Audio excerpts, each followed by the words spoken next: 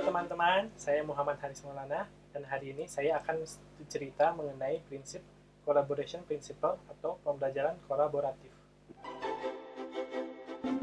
Pembelajaran kolaboratif adalah pembelajaran yang melibatkan dua atau lebih individu, masing-masing dengan kapabilitasnya tersendiri dalam mempelajari sebuah materi atau menyelesaikan sebuah masalah.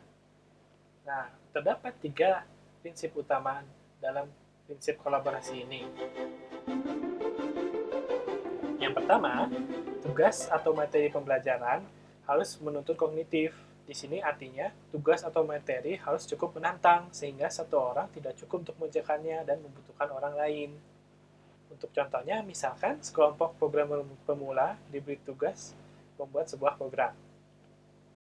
Jika tugas yang diberikan terlalu sederhana, misalkan membuat kalkulator, dan diberikan juga spek seperti jenis operasi matematika apa saja yang diperlukan, maka pembelajaran akan dianggap terlalu gampang, sehingga sebenarnya mereka akan merasakan sebenarnya tidak memerlukan kelompok.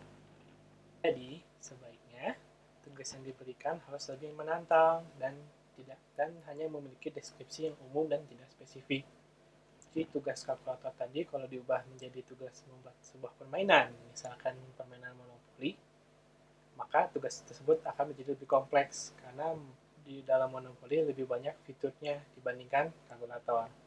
Sehingga dibutuhkan kemampuan kolektif bersama dari kelompok tersebut untuk menyelesaikan tugas tersebut. Kedua, yaitu gunakan implementasi multimedia untuk membentuk lingkungan komunikasi yang efektif antar pembelajar.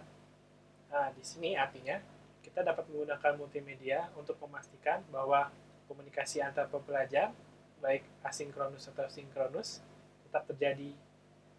Untuk contoh kasusnya, misalkan sekelompok siswa diberi tugas membuat esai secara online.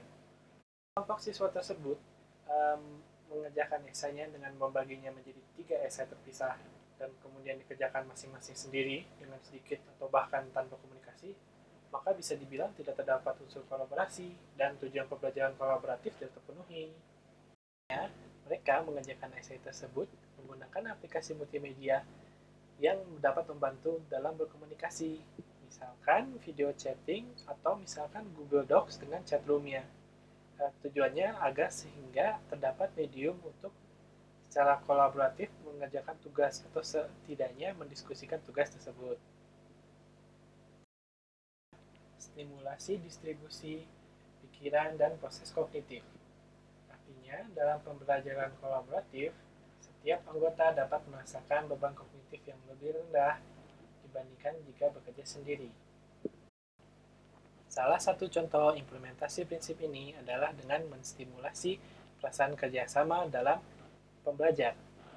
Maksudnya di sini adalah pembelajaran kolaboratif akan lebih efektif jika kita bisa merasakan rasa saling mengandalkan antar anggota tim kita.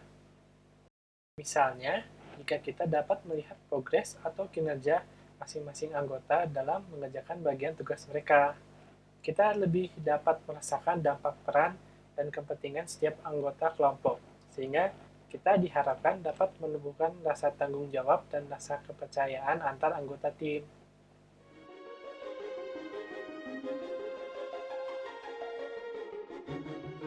Kesimpulannya adalah, pembelajaran kolaboratif yang baik adalah pembelajaran yang pertama, menuntut kognitif tinggi sehingga terlalu kompleks untuk dikerjakan sendiri. Kedua, didukung dengan lingkungan multimedia yang membantu komunikasi antar tim. Dan terakhir, dapat mendistribusikan pikiran dan proses kognitif secara baik.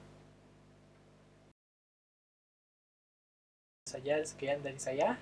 Semoga ilmu ini bermanfaat dan dapat digunakan untuk menciptakan lingkungan belajar yang lebih baik. Sampai jumpa.